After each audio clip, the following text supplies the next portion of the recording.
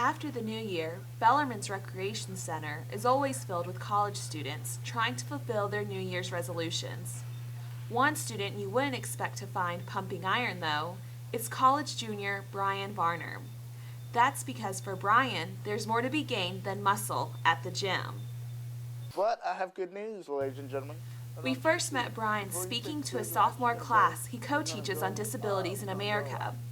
You might be wondering why he's sitting down. I was born with cerebral palsy all my life. I've gone through school with it.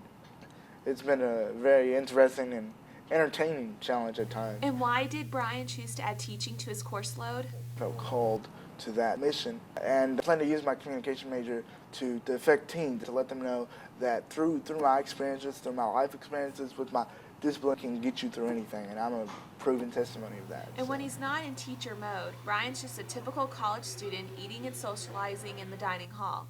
Disability aside, it's Bryan's time to catch up with your friends, see how school's going for them. You talk about school's going for you. You talk about whether you like a professor or you may not like a professor or whatever. You talk about your weekend plans, relationships, what have you. So, it's fun. And Bryan definitely knows how to have fun. Only on the groove dynamic. Listeners worldwide can follow Bryan's college radio show and never think twice that he might be physically challenged. It gives me a voice. I'm the master soul on the show, so it gives me an identity that I can play around with, and I enjoy it with my co-host. And a lot of people like me doing it. But as good and well-known as Bryan is, few know of the adversity he's faced in addition to his disability while in college.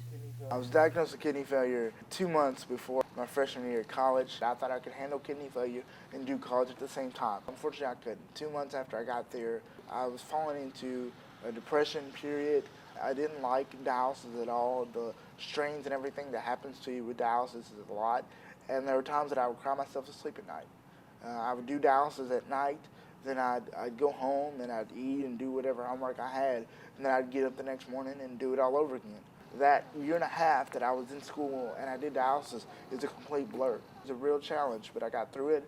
In the summer of 2008, I was blessed with a transplant. I took the fall semester of '08 off to recover from that transplant, and then I came back in spring of '09, and I've been here ever since that point. Which brings us back to where we first began at the fitness center. It just helps me, gives me a sense of normalcy that, even though, yes, I have a physical disability, I can still do normal activities that regular guys would do.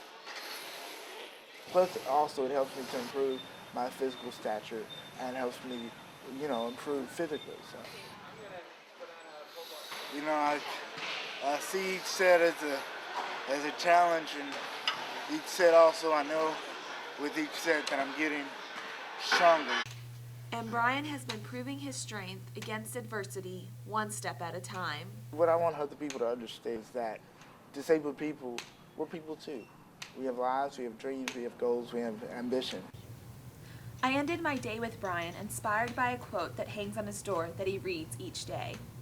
The climb is just a reminder to let me know that, yes, I am in this climb of life, but yet once I reach the top, the view is worth the climb. Lord, prepare me to be a sanctuary, pure and holy, tried and true.